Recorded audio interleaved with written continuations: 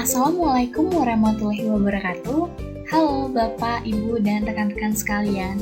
Sebelumnya, perkenalkan saya Intan Febrini Sianipar dari tim KKN Tematik UGM tahun 2020. Nah, saat ini saya akan belajar bersama Bapak, Ibu, dan rekan-rekan sekalian mengenai gerakan minum susu dan konsumsi telur.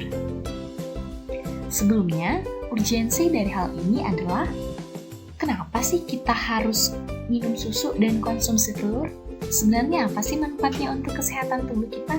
Nah, yuk kita simak penjabaran selanjutnya ya, Bapak, Ibu, dan rekan-rekan sekalian.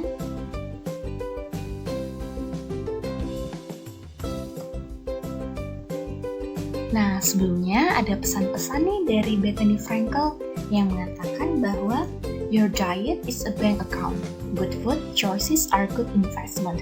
Yang dimana makanan kita itu merupakan tabungan kita terhadap kesehatan tubuh kita. Jika kita memilih makanan yang baik, yang sehat, yang bernutrisi, itu artinya kita menabung kesehatan untuk tubuh kita. Gitu ya teman-teman dan rekan-rekan sekalian.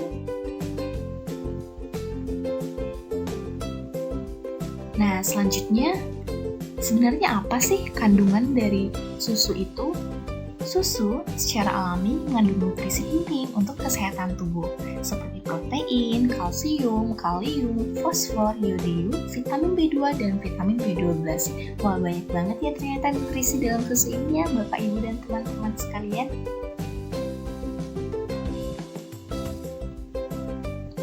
Nah, berbicara mengenai susu nih ya teman-teman, di pasaran kita sering mendengar ada susu skim dan susu full cream. Contoh susu full cream itu seperti ini, ada merek Ultramilk, sedangkan contoh susu skim ada merek Greenfields. Nah, apa sih perbedaan antara kedua susu ini? Yang pertama, dari sisi kandungan lemaknya, dan yang kedua, dari sisi kandungan kalori. Susu skim merupakan susu yang kandungan lemaknya telah dipisahkan, sehingga kandungan protein dan karbohidratnya lebih tinggi dibandingkan dengan susu full cream yang masih terdapat kandungan lemaknya. Nah, sebagai informasi nih ya teman-teman, lemak pada susu itu bermanfaat sebagai sumber vitamin A loh ternyata. Nah, susu skim mengandung lemak kurang lebih 0,5%, sedangkan susu full cream mengandung lemak kurang lebih 3,5%. Jika berbicara mengenai tingkat nutrisinya, antara susu skim dan susu full cream, tingkat nutrisinya setara, karena tingkat nutrisi dalam susu tidak tergantung dari kandungan lemaknya, karena nutrisi pada susu itu terletak pada bagian susu yang bukanlah lemak, sehingga setara antara susu skim dan susu full cream. Nah, selanjutnya, apakah produk susu juga berguna untuk orang dewasa atau hanya untuk anak-anak saja? Nah, ternyata ini jawabannya teman-teman. Produk susu awalnya memang diberikan kepada anak-anak, namun ternyata susu juga merupakan sumber nutrisi yang baik loh untuk orang dewasa, karena tubuh kita membutuhkan energi, zat gizi mikro, dan vitamin serta mineral setiap hari agar dapat berfungsi dengan baik. Nah, susu ini secara alami mengandung protein, kalsium, kalium, fosfor, yodium, dan vitamin B2 dan juga vitamin B12 yang dibutuhkan oleh tubuh. Nah, selanjutnya, apa peran susu dalam kesehatan tulang? Nah, ini jawabannya teman-teman. Sebelumnya, genetika merupakan penentu utama tulang yang kuat, yang dimana genetika ini menyumbangkan 60-80% terhadap kepadatan tulang maksimum. Selain itu, nutrisi dan olahraga juga memainkan peran penting dalam pengembangan tulang saat tumbuh, apalagi untuk anak-anak, dan juga pada fase pemeliharaan jaringan tulang untuk orang dewasa dan orang lanjut usia. Otoritas kesehatan setuju bahwa kalsium, protein, dan fosfor antara lain yang terdapat pada susu dapat mendukung pengembangan dan pemeliharaan massa tulang. Nah, selanjutnya, apakah suplemen kalsium merupakan alternatif yang baik dibandingkan dengan minum susu? Jawabannya ini teman-teman. susu menyediakan berbagai nutrisi penting seperti protein, vitamin B2, dan B12, mineral, termasuk kalsium, fosfor, kalium, dan yodium. Karena itu, susu secara alami mengandung lebih banyak kalsium. Sedangkan suplemen kalsium bisa dilihat sebagai tambahan jumlah kalsium yang didapat dari makanan, namun bukan sebagai pengganti pola makan sehat dan beragam. Nah, selanjutnya, apakah susu berpengaruh terhadap kesehatan jantung dan pembuluh darah? Nah, ternyata ini jawabannya teman-teman. Penelitian terbaru menunjukkan bahwa asupan susu dan produk susu secara teratur memiliki efek netral terhadap kesehatan jantung dan pembuluh darah. Nah, hubungan antara susu dan produk susu dan kesehatan kardiovaskular ini nampaknya lebih kompleks ya daripada yang diperkirakan sebelumnya. Nah, selanjutnya adalah apakah susu berpengaruh terhadap berat badan?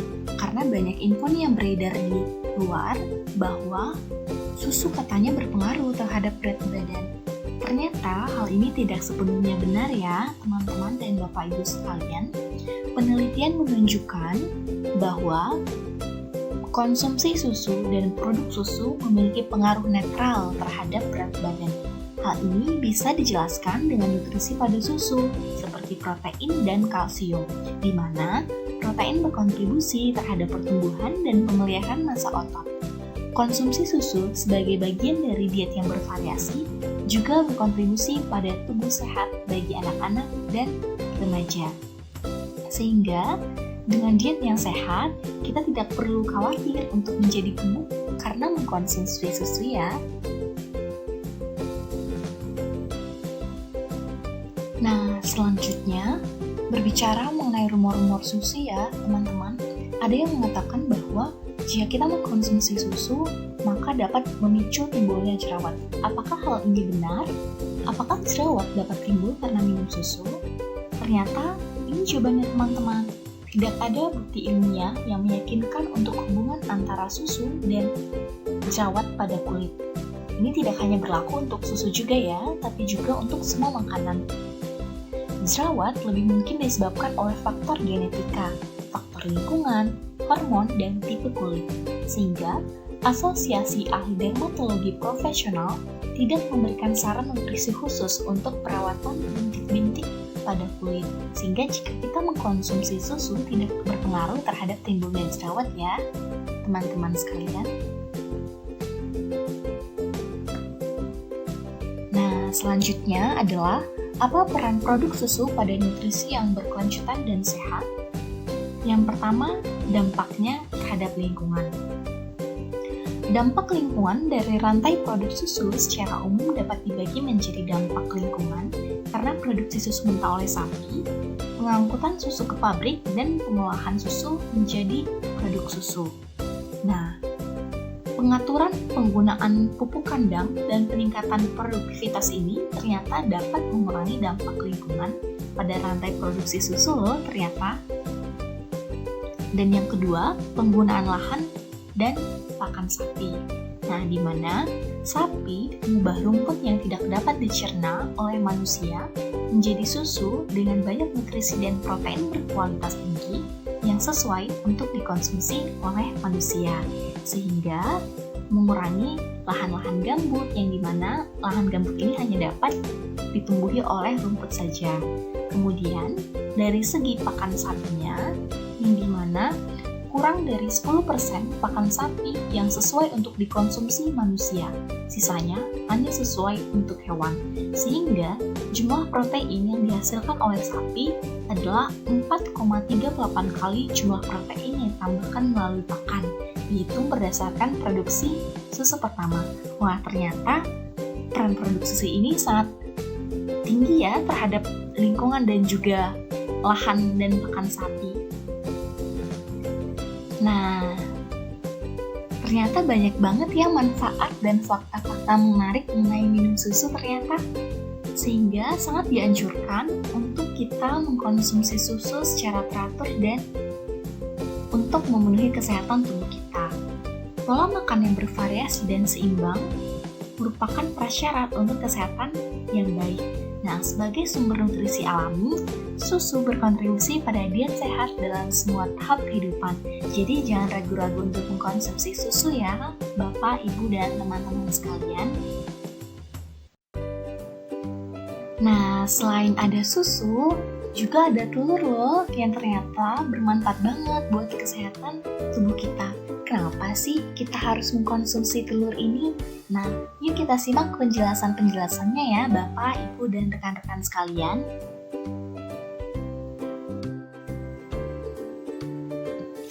Nah, mengapa telur disebut sebagai protein hewani yang terbaik sekaligus yang termurah? Nah, ternyata ini jawabannya. Yang pertama, telur merupakan bahan pangan yang padat gizi dan enak rasanya. Yang kedua, telur mudah diolah serta harganya relatif murah. Dan yang ketiga, dalam keadaan perekonomian keluarga yang terbatas, agar sehat perlu tetap mengkonsumsi protein hewani. Nah, telur ayam menjadi prioritas pilihan yang paling layak sebagai sumber protein hewani bagi keluarga.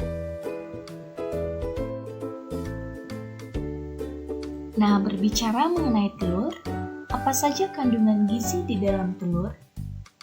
Nah, telur ternyata mempunyai kandungan nutrisi yang lengkap karena telur mengandung hampir semua zat gizi yang diperlukan oleh tubuh, seperti kalori, protein, lemak, karbohidrat, kalsium, fosfor, vitamin A, dan vitamin B. Hanya vitamin C aja yang ternyata ya yang nggak ada. Nah, ternyata banyak banget ya nutrisi yang dikandung oleh telur ini. Jadi jangan ragu-ragu untuk makan telur ya. Nah, selanjutnya mengapa protein diperlukan? Yang pertama, kita memerlukan protein sebagai bahan bakar dan zat pembangun tubuh. Yang kedua, protein berguna untuk mengganti jaringan tubuh yang rusak. Dan yang ketiga, protein mengandung asam-asam amino esensial, yang dimana protein hewani ini mempunyai keunggulan dibandingkan protein nabati karena mengandung asam amino esensial yang lebih lengkap. Nah, berbicara mengenai telur, berapa butir telur harus dikonsumsi? Nah, ini jawabannya.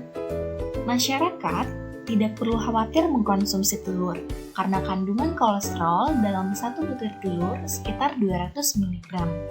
Kandungan sebesar ini masih dapat ditoleransi, karena tubuh manusia membutuhkan kolesterol antara 1000 hingga 1500 mg. Kolesterol ini diperlukan untuk memproduksi vitamin D dan getah lambung, melindungi sel syaraf, serta menghasilkan berbagai hormon. Nah, kalau seseorang mengkonsumsi 2 butir telur dalam satu hari, maka ia memperoleh kolesterol sebanyak 400 mg. Sedangkan penderita sakit jantung aja masih diperbolehkan loh mengkonsumsi kolesterol sampai 200 hingga 300 mg atau setara dengan sebutir telur ayam setiap harinya. Jadi, konsumsi telur tidak menunjukkan peningkatan kolesterol ya, teman-teman dan rekan-rekan sekalian.